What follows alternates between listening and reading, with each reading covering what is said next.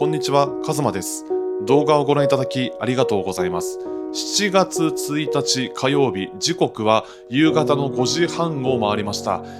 いやー、今日も暑いですね。湿度が高いと言いますか、昼頃にちょっとだけ小雨が降りまして、その影響で湿度がもうブワーって、もうすごい蒸し暑くなってきたんですよ。なので今、この部屋はですね、エアコンがないともう耐えられないぐらい本当に暑いです。で、最近は外で撮影するって言っても、やはりね、ちょっと暑すぎて、ものすごい汗だくになるんですよ。で、公園とか川の近くで撮影するってなった際、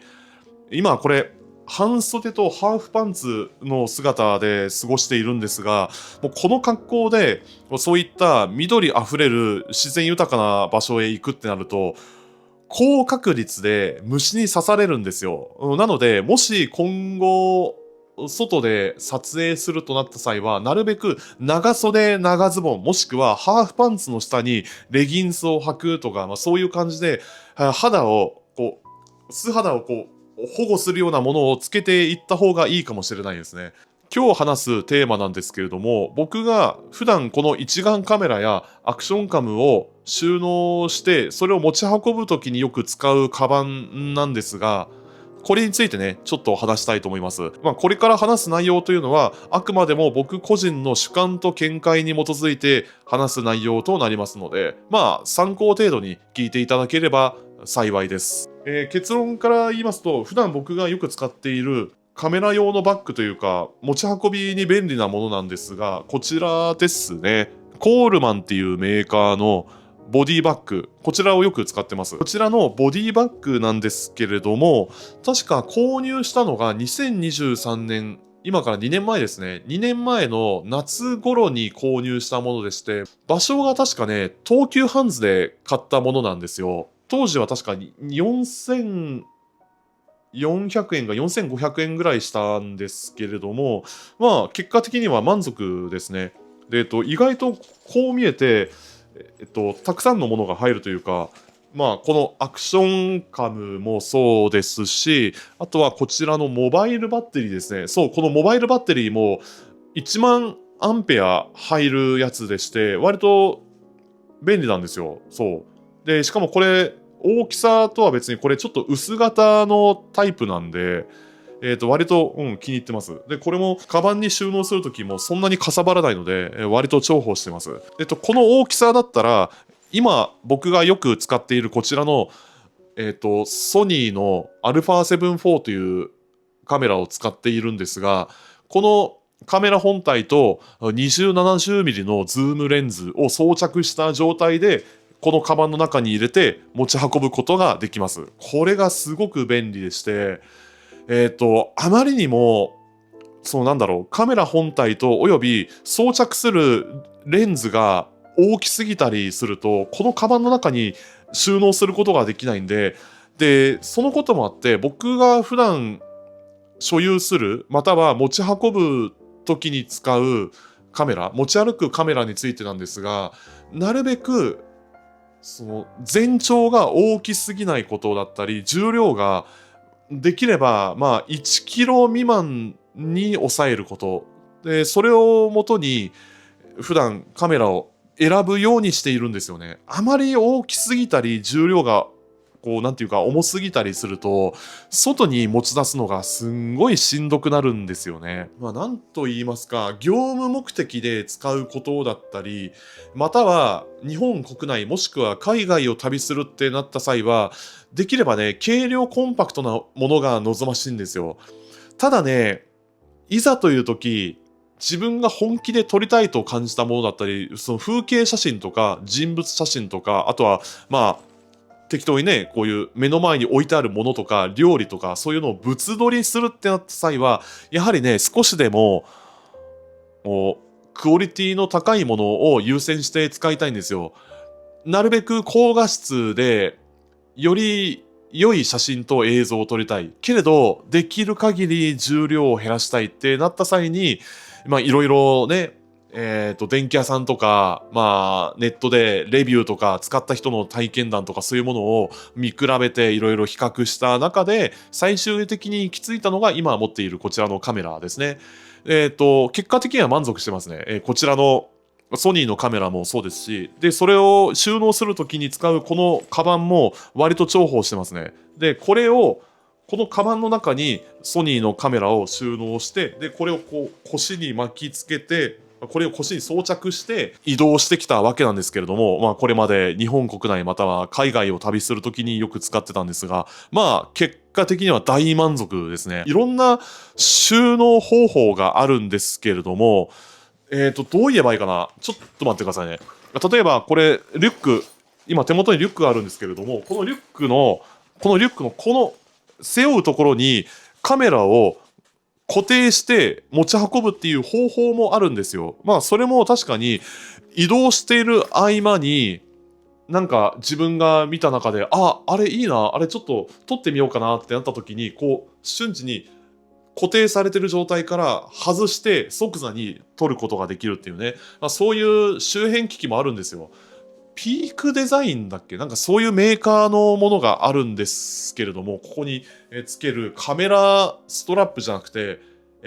カメラ用のホルダーっていうのかな。ちょっと正式名称はわからないんで、それはちょっとご自身でググってみてください。まあそういうものがあるんですよ。ただそういうものを使う際に、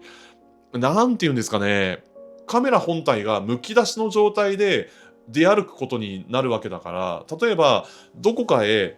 歩いている途中に、例えば足かなんかこうつまずいて転んでしまったりとか、もしくは近くに置いてあるものと何かぶつかってしまったりとか、もしくは雨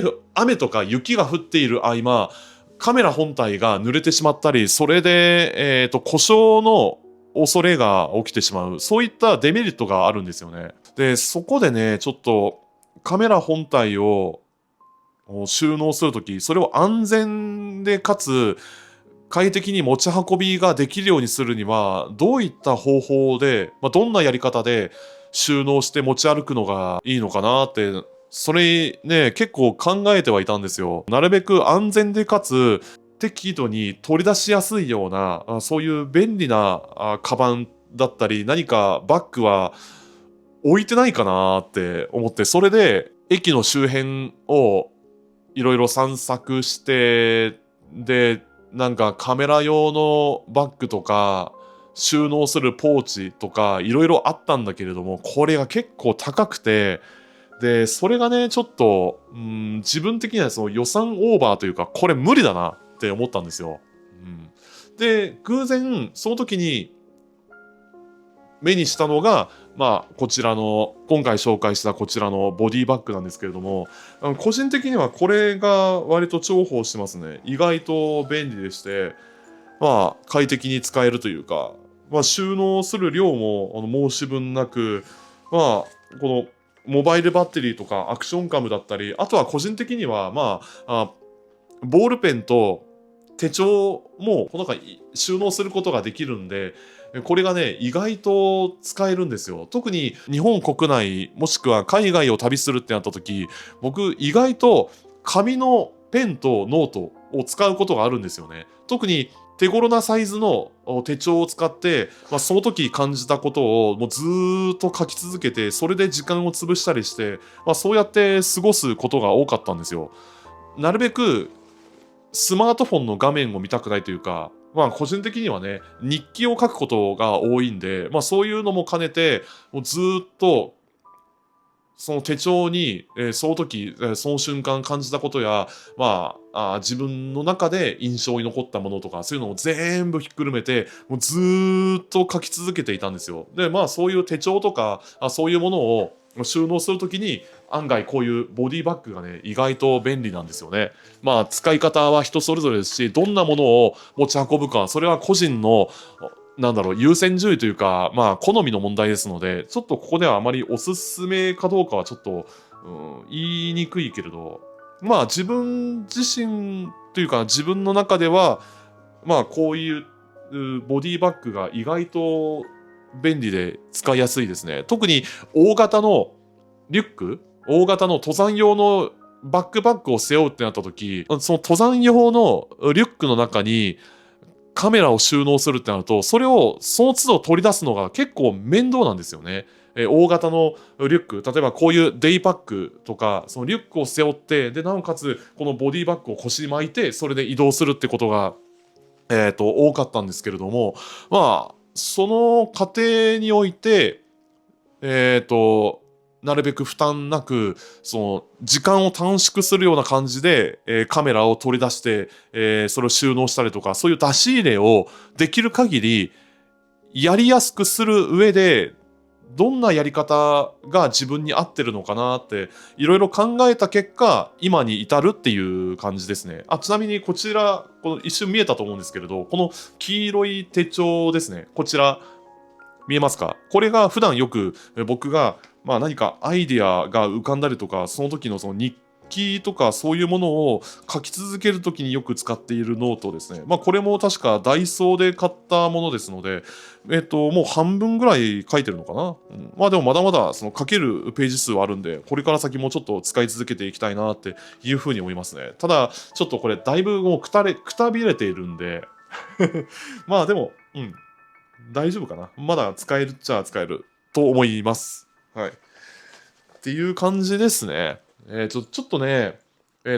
今回、他に話すネタがなくて、で、かといって更新頻度が途絶えてしまうと、この YouTube を続けるのがものすごく大変になってしまうんで、なるべく間を空けずに自分のペースで一個ずつ積み上げていく上で、もうちょっとハードルを下げていこうかなと思ったんですよ。今日みたいな感じの、今僕が普段よく使っている持ち物だったり、その一部を紹介するっていうことも兼ねて、こういう感じで動画をアップし続けていこうかなというふうに思います。で、あと最後になりますが、このソニーの α7 IV の本体を保護するときに使っているケースなんですけれども、ケースというかこちらですね。これ見えますか？これ100円ショップで売っていたものなんですけれど、これ何かわかります？これは確か釣りかな？その釣り糸を釣りか何かをする人に向けて作られたものなんですけれど、リールケースですね。リールあるじゃないですか。釣り糸をこう戻したりとか、それを伸ばしたりするようなやつなんですけれど、出し入れする用で作られたものだと思いますね。ちょっと細かい用途は僕はちょっとよく覚えたいんですけど、確かそんなんだった気がしますね。なんか釣り関係の備品とかそういうものを収納するときに使われるケースとはなっていますね。で、これをカメラ用のケースとして使っている人がいまして、で、その人のブログか何かで紹介されていたんですよ。これ確かセリアとかダイソーとかそういうそういった100円ショップで販売されていたんで、それを目にして即買いました。これめっちゃ安いんですよね。当然ながら100円ですので、